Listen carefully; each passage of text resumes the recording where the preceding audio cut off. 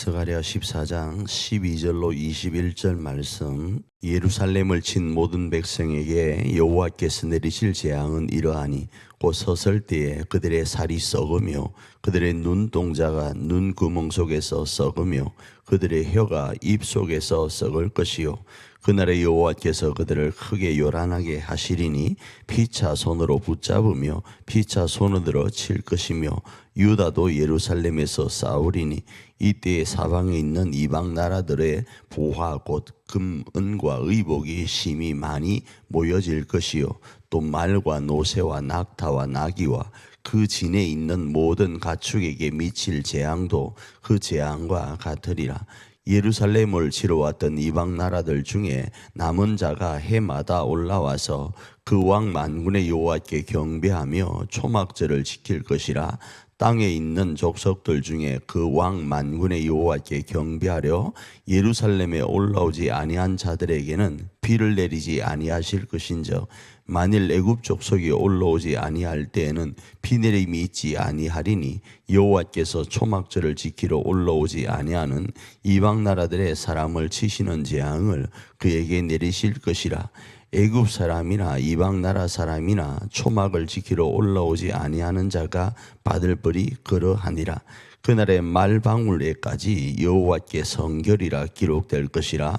여호와의 전에 있는 모든 솥이 제단 앞 주발과 다름이 없을 것이니 예루살렘과 유다의 모든 솥이 만군의 여호와의 성물이 될 것인즉 제사 드리는 자가 와서 이 솥을 가져다가 그것으로 고기를 삶으리라. 그날에는 만군의 여호와의 전에 가나안 사람이 다시 있지 아니하리라.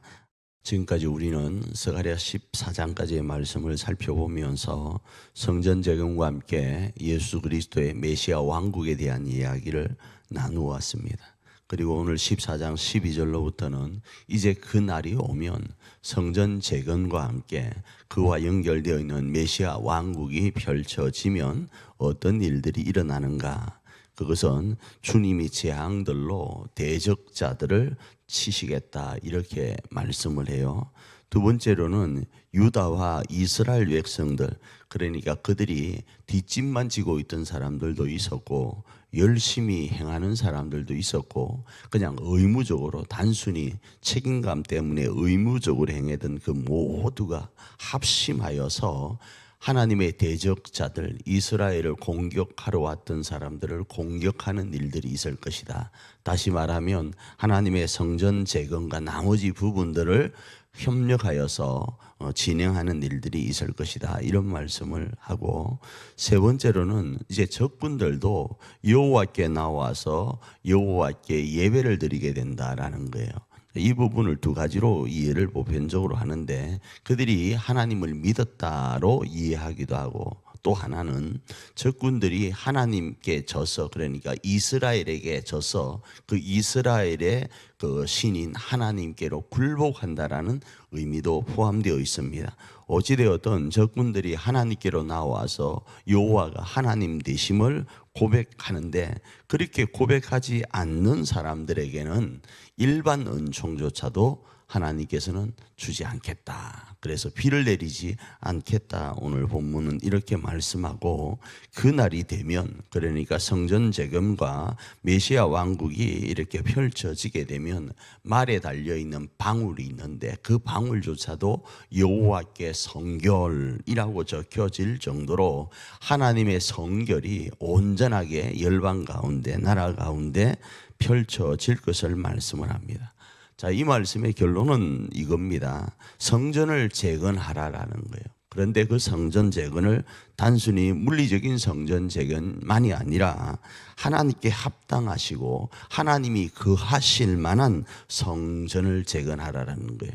그러니까 물리적인 성전을 재건할 때도 하나님이 정말 거하실 만한 성전을 재건해야 되고, 그것뿐만 아니라 우리 마음에 있는 성전도 재건하는데, 그건 어떻게 재건할 것인가? 물리적인 성전은 거룩하게 여호와께 성결할 정도로 하고, 마음의 성전은 회개함으로, 수고의 땀을 흘림으로, 말씀으로 살아내고 분주하게 몸부림쳐 나감으로 마음의 성전을 재건하라라는 겁니다.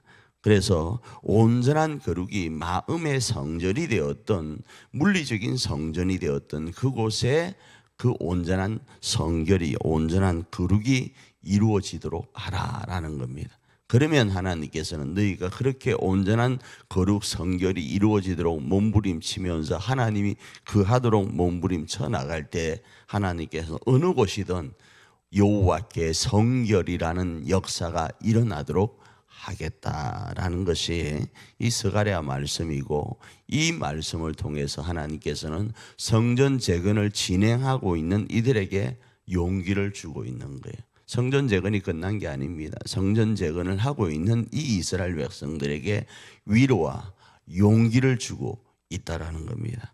이 말씀을 오늘 우리의 삶에 적용하여서 결과론적인 부분까지 우리는 지금 바라보면서, 이렇게 하면 이렇게 반드시 되는구나를 바라보면서 그 시작 출발점에 있습니다.